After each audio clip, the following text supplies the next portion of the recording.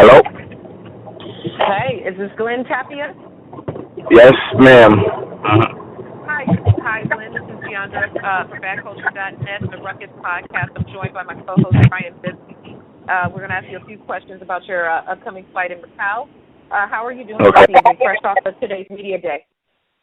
Yeah, it was good. It was perfect. I had my daughter there, so it was good too. So people got to see my daughter. She's actually more famous than me now, so she's trying to take my shine and stuff. So it's cool. Well, she's still remaining undefeated, so you got to get her in there since she's undefeated. Yes, sir. Yes, ma'am. Yes, ma'am. So now you are. Tell us a little bit about how your training has been going with Freddie Roach, and as you've been preparing for this fight coming with Daniel Dawson. Real good. Real good. I feel like first on a personal note, I'm more like focused. It's just like I know what it takes.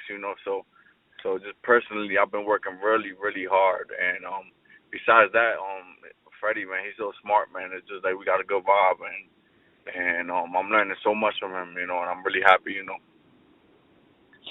Without, obviously we're not going to ask you to divulge too much of your strategy or anything like that going into the fight, but just in terms of the veteran experience that he brings into the ring as a Hall of Fame trainer, what are some things that he said to you that have really stuck with you during the time you've been with him? Using my brain more than my heart, He's just been telling me that a lot, because he knows I could box too. People haven't seen that side of me. They've seen me brawl, go in there and knock these guys out. And sometimes it was like I felt like I could knock anybody out, And he actually says that I probably could if I was to use my brain more, and if I was to calm down and be more patient and be more mature and take my time, man. And it's been working so much, even in sparring, man. I've been hurting these guys, and just taking my time and not rushing it. So that's one thing that really stands out out of everything. Okay, Ryan. Hi, Glenn. I was wondering, your opponent Daniel Dawson, he's coming off of a loss to Austin Trout. Is in sort of like a comparison manner. Is that how you want to? Is that your motivation, like the bar you set on how well you need to perform? Yeah, I see. I look at it. I'm not saying I don't see it at all. I see that how he did against Austin Trout, even dropped him and everything. But I really don't even pay attention to that. I'm not Austin Trout, and I don't fight like him at all. And I'm a whole different fighter, and I'm gonna show that too. I want the people to see that. And Austin Trout been there. He's been in the top too, and he beat a couple guys. So that's actually good. It's actually gonna be better when I show what I could do to this guy. And it kind of if I do top him off, it's gonna be like, wow, look what he did to him, and look what he did against Austin Trout. So yes, of course, I see it. You mentioned that. Go ahead. Go ahead, Ryan. I'm sorry. Not looking, past your opponent, obviously, but the goal is to be world champion and things like that. Who are some of the fighters do you see in your path that you can get in the ring with you? There's a lot of guys in the 54 division, but I'm not the type to call anybody out. I'm just whatever is in front of me, I'll fight. If the people want to see it, I'm gonna fight. And that's it, really. The only person I could talk about right now is Kirkland because he beat me. And that's the only person I could really say anything about right now. But besides that, not really. I really there's nobody. I don't really look at it. There's just all of them, anybody that's there. If Kirkland fights Canelo, I say if because he has backed out of the fight twice before. So if it actually happens this time and he loses, would you still be willing to rematch him? Yes, definitely. It was a great. It was my first loss, and it was just the people want to see that, they want to see another rematch of that, It was a fun fight and it was good, it is what it is, I lost, but I'm back, more than ever, and I was young. I was 23 at the time, and I'm still young, and I just can't wait to fight. I just want to. If that comes up, man, I'm more than willing to do it.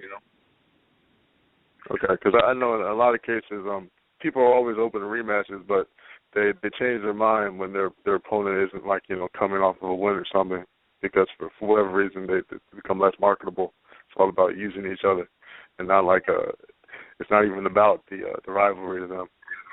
Nah, not me at all, man. It don't matter how many losses he got or whatever, that's a loss to me, So I lost him, and me personally, I would want that, Besides the money and everything, and I know the fans would love to watch that fight, But it would be good for both of us, I guess, And I just want to I would like to show people what I could do, what I'm capable of, And he's a great person, great fighter, I'm only a fan even, So God bless him, whatever, But yeah, whatever happens, man, I'm here,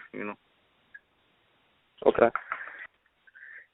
While you mentioned that during your work with Freddie that he is teaching you to fight more with your head and with your heart, although he is asking you to use that strategy, will we still see the aggressive Glen Tapia that we are used to seeing in the ring?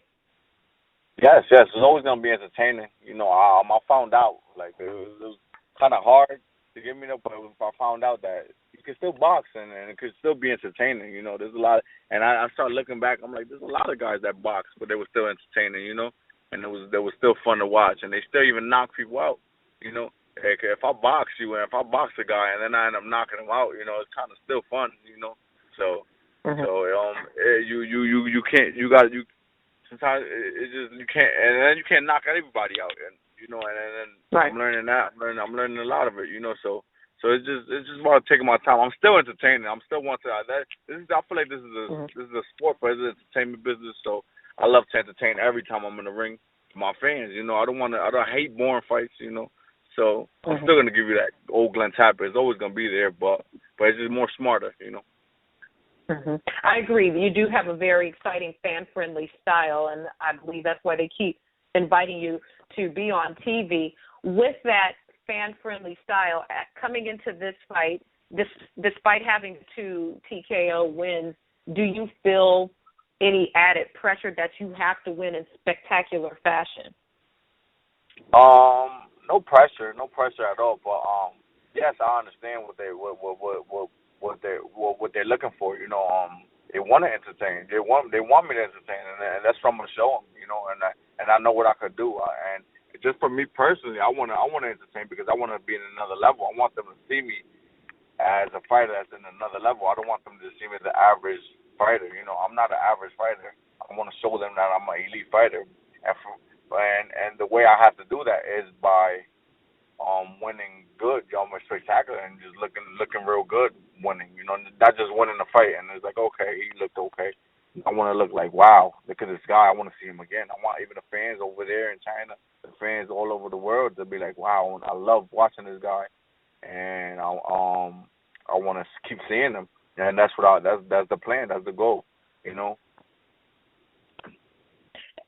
With I heard you mention today at Media Day that it had been like a month since you had been, with your family. Has the relocation here to California, how has being able to be fully immersed without any distractions helped improve your abilities?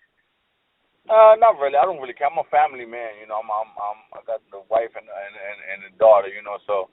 So it doesn't matter. I could be with them or without. They're actually here now, so I could be with them or without them, and I still handle my business. But I'd rather be with them, really, because I like my daughter's 2.5. Every day she's like grown, and you can see it right there. Like I was gone for the month of January, and then by the time I saw her again, it was like she was a whole different baby. I'm like, wow, she's grown. She's asking me questions, and it's like, I don't want to miss those moments, And but it's, at the end of the day, it's a job. This is what I'm doing, and this is what I chose to do. So I sacrifice, and I just handle my business. And at the end of the day, it's for her anyway. So it's for all of us, for the family. So it is what it is. Right. Ryan, do you have any other questions? Would you agree that to date, as of right now, the biggest win of your career has been against Abraham Hahn, A.B. Hahn? Yeah, of course. It was for the NWO title, and it was on ESPN, and he was undefeated. So it was a great one. I guess that was the best one. Yeah, I was wondering if you had a chance to catch his fight recently with Sergio Mora. No, I didn't even know that he fought him. Yeah, it 12-round split decision. The crowd booed. Okay. Han lost, but a lot of people thought he won. Okay. How did he look? He look good? Oh yeah, he looked as good as he can with that limited style that he has. Okay. Well, God bless him, man. He's a good kid. So God bless him. All righty. So, Glenn, for those who are listening who want to keep up with you with your career, let us know your social media and how your fans can keep up with you during your travels, during your career. On Instagram and Twitter is Real Glen Tapia, and then on Facebook is Glen Tapia. Y'all could just check me out there. You can see my family. There's a lot of my daughter. She's actually more famous than me. That's all. Everybody wants to see her more than me. So, but it's cool, You gonna show her around Macau? Nah, she's not coming with me out there. But she's out here now, so it's cool. I get to enjoy her a little more. They leave Thursday, so I get to see her a little bit more before I go to China. I leave this Saturday actually. So yeah. What's your daughter's name? Isabella.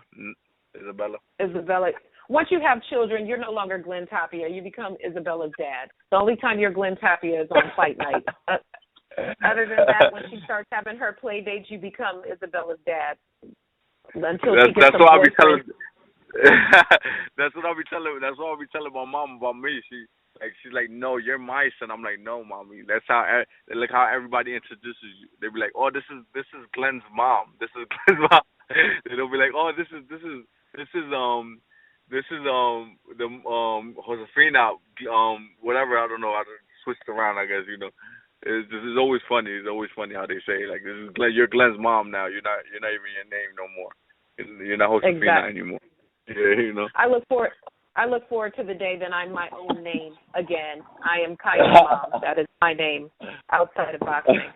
All right, Glen. Well, we're looking forward to seeing you. Good luck in your fight, and I'm sure you'll do well and have safe travels. And I hope you look good in the fight. Good luck. All right. Thank you, guys. Thank you. Take care.